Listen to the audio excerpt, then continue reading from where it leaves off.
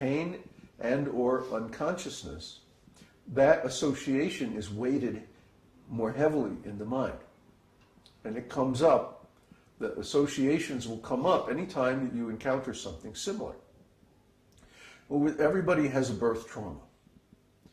So the people who were present at the time of birth, the smells, the sounds, the words that they say, everything that goes on during the birth experience are deeply imprinted on the mind. And this is one of the most important influences in character formation, is the particular contents, the specific contents of the birth trauma. So, how do you overcome this material conditioning? You have to amass enough impressions, enough associations of transcendental quality to overcome the impressions of material quality. And these transcendental impressions have to be accompanied by feelings of pleasure. So they're pleasure moments instead of traumas. See? And by this you gradually purify the mind. Srila Prabhupada always used to bring up the example of a cup of coffee. Coffee is such nasty stuff. Especially if you've been eating a pure vegetarian diet for a while, and then you smell some coffee, and it's like, ew, I used to like this stuff. But it's really nasty, and the proof that it's nasty is that if you're drinking coffee for a while and then you try to get off of it, you get headaches and withdrawal symptoms and like that. So don't drink coffee. If you have to have some stimulant, if your body is like kapha, then take yerba mate, something like that. Yerba mate has an ingredient which is similar to caffeine, but it's more complex, and it doesn't produce withdrawal symptoms and all that. Anyway, you have to change the quality of the impressions going into your mind. And then by amassing many, many, many, many impressions of transcendental quality, gradually you dissolve, literally dissolve the associations in the mind with material trauma, whether from this life or previous life or what have you. So this is the process, and this is how it works. The process is chanting and hearing and associating with devotees and doing service and so on. And how it works part is about the impressions in the mind. By changing the impressions, the stock of impressions in the mind, you change the quality of your consciousness. It's really very simple.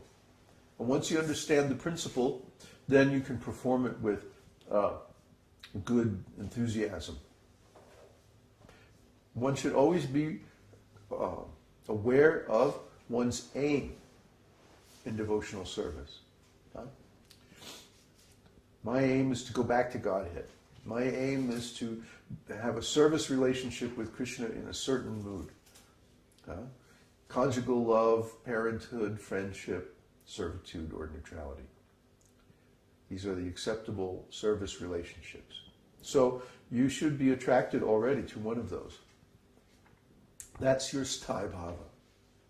But most people are so unaware of themselves, because they're covered with all of these material impressions. The soul is literally blocked from seeing his own nature. So, Ceto Darpana Marjanam means cleaning the mirror of the mind. And we do this by chanting the holy name. And in that way, the mind becomes free from all material qualities.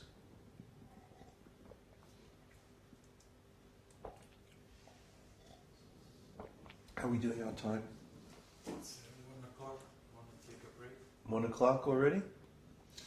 No, I want to talk a little bit about the bhavas. You know, we've been going over these transcendental emotions, the bhavas. So today I want to go over jāḍya. Jāḍya means inertness or insensibility.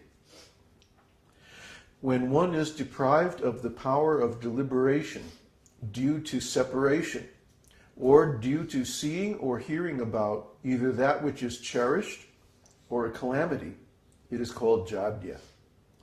Jāḍya is the condition just prior to or just following moha. We talked about moha a couple of weeks ago. Moha means loss of consciousness. The symptoms of jāḍya are blinking the eyes, remaining silent, and forgetfulness. So jāḍya happens either in a good, very, very, very good situation or a very, very bad situation. We experience that one can lose consciousness from overabundance of transcendental feelings, either positive or negative, either because of separation from Krishna or because of meeting Krishna. Krishna is called Madan Moha. Madan Moha means meeting and separation. So both meeting and separation are ecstatic transcendental feelings when they're in relation to Krishna. And when these reach an extreme of intensity, when one experiences jāḍya and moha, meaning loss of consciousness. Jāḍya is like being thunderstruck. One becomes inert. He loses the power to think. He's like so astonished or so devastated that he just like, And of course then we read about Jada Bharat in the 5th canto of Śrīmad Bhagavatam. I'm not going to tell that story now because we don't have the time. But you should look it up, Jada Bharat. So the next one is vrīḍā. Vrīḍā means shyness or shame. The bashfulness or shame that arises due to new association, performance of misdeeds, praise or scorn is called vrīḍā. The symptoms of vrīḍā are silence, anxiety, covering the face, writing on the ground, and lowering the face. So we don't see this too much in contemporary people. Contemporary people have almost lost all shame, which is too bad. Because shame or modesty is a very noble emotion. It's really something that says a person is very well bred, a very, very high class of consciousness, if they experience shame or shyness. When Krishna and Radharani first meet, of course they're very, very young. But still, later on when they meet in the context of the love affair, then Radharani is very, very shy. Very, very it's actually narrated in Śrīmad Bhagavatam that she does this. She covers her face. You see women in India cover their face a lot. Yeah, or even across the face. And they don't have to. It's not Sharia law or anything like that. But they're just naturally very shy. Sometimes they'll put their chadar in their mouth, hold it in their mouth like that. And Neville is smiling because it's pleasant to see this. It's a nice thing. It means culture. It means civilization. It means people have some class, And here we go to the beach and we see all these women in bikinis. They have absolutely no shame. This is very low class. This is very animal-like. So we don't see this too much, but when someone is writing on the ground with their foot, this is he's smiling.